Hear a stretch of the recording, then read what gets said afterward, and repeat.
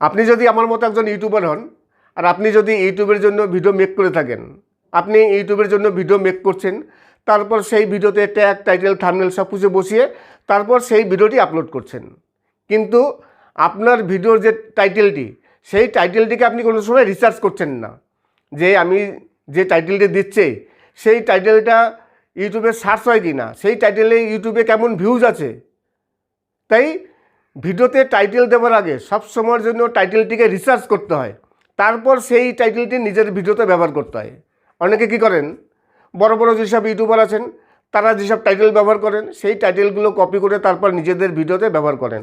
তারা মনে করেন যে বড় বড় ইউটিউবারদের টাইটেল ব্যবহার করলে আমাদের ভিডিও ভাইরাল হবে বা আমাদের ভিডিওতে ভিউজ আসবে, কিন্তু না।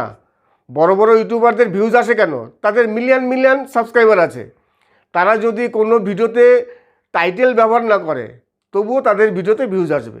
তারা যদি তাদের ভিডিওতে এবিসিডি লিখে রাখে, কোনো টাইটেল দিল না, শুধু একটি এবিসিডি লিখে রাখলো, তবুও কিন্তু তাদের ভিডিওতে ভিউজ আসবে এবং তাদের ভিডিও ভাইরাল হবে, কেননা তাদের মিলিয়ন মিলিয়ন সাবস্ক্রাইবার আছে, তাদের একটি প্ল্যাটফর্ম আছে। কিন্তু যারা নতুন ইউটিউবার, যারা ছোট ইউটিউবার, তাদের তো কোনো সাবস্ক্রাইবার নেই, তাদের প্ল্যাটফর্ম নেই।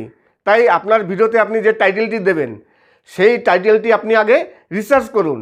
ইউটিউবে সেই টাইটেলের উপর কত ভিডিও আছে, সেই ভিডিওর ভিউজ কেমন, আপনি যে টাইটেলটি দিচ্ছেন সেই টাইটেলটি পাবলিক সার্চ করে দেখছে কি না, আপনি যে টাইটেলটি দিচ্ছেন সেই টাইটেলটি ইউটিউবে কতটা সার্চ হচ্ছে।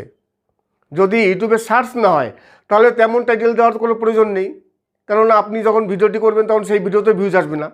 তাই সবসময়ের জন্য দেখতে হয় যে টাইটেলটি ইউটিউবে সার্চ হচ্ছে কি না, এবং এই টাইটেলের উপর যত ভিডিও আছে সেই ভিডিও কারেন্ট কত ভিউজ আছে, তারপর রিসার্চ করে তারপর সেই টাইটেলটি আপনার ভিডিওতে আপনি ব্যবহার করুন। সবসময়ের জন্য টাইটেল রিসার্চ করতে হয়। একটি যে কোনো টাইটেল আমি দিয়ে দিলাম ব্যাস হয়ে গেল তা না। আজকে আমি আপনাদের সম্পূর্ণ একটি নতুন ট্রিক্স দেখাবো। এই ট্রিক্সটি যদিও নতুন না, এটাই নিয়ম। টাইটেল ব্যবহার করলে টাইটেল অবশ্যই রিসার্চ করতে হয়। তাই টাইটেল কীভাবে রিসার্চ করবেন, কীভাবে ব্যবহার করবেন, তারপর আপনার ভিডিওতে আপনি সেই টাইটেলটি ব্যবহার করবেন। আজ আমি আপনাদের দেখাবো যে টাইটেল কীভাবে রিসার্চ করতে হয়, তারপর সেই টাইটেলটি আপনার ভিডিওতে আপনি ব্যবহার করবেন। তাহলে চলুন শুরু করা যাক আজকের নতুন টপিক। চলে আসলাম আমি ইউটিউবে এসে আমি যে কোনো একটি টাইটেল সার্চ করব। আপনাদের টাইটেলটি সার্চ করবেন। টাইটেল নিলাম মটর পনির রেসিপি, তারপর উপরে যে থ্রি ডট আছে এই থ্রি ডটসে ক্লিক করব। থ্রি ডটসে ক্লিক করার পর ফিল্টার্সে যাব। ফিল্টার্সের পর দেখুন এনি টাইমে ক্লিক করব। এনি টাইমে ক্লিক করার পর টুডে করলাম, তারপর অ্যাপ্লাই করলাম। এবার দেখুন 17 ঘন্টা আগে এই মটর পনির একটি ভিডিও আপলোড হয়েছে, 20 ভিউজ। 22 ঘন্টা আগে 2টো ভিউজ। 23 ঘন্টা আগে 34টা ভিউজ। 3 ঘন্টা আগে কোনো ভিউজ নেই। তা মটর পনির রেসিপি যত ভিডিও হয়েছে কোনো ভিডিওতে কোনো ভিউজ নেই। এই দেখুন একদিন আগে 20 ভিউজ, 16 ঘন্টা আগে 22 ভিউজ। এইবার আপনি যদি মটর পনির রেসিপি করেন তাহলে আপনার ভিডিওতে এরকম ভিউজ আসবে, কোনো ভিউজ থাকবে না, 10টা 15টা ভিউজ।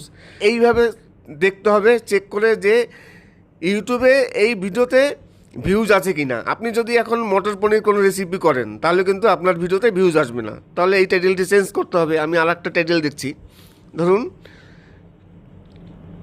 Mutton curry.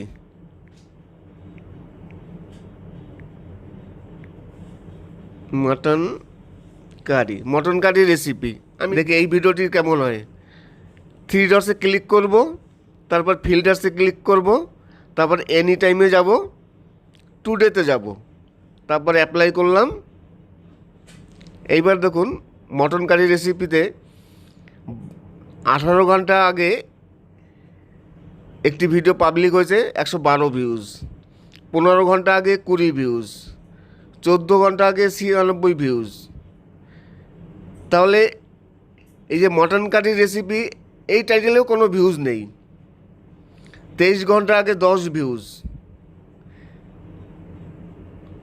এইভাবে রিসার্চ করে দেখতে হবে যে টাইটেলটি আমি দেবো সেই টাইটেলে ইউটিউবে ভিউজ আছে কি না বা কতটা সার্চেবল।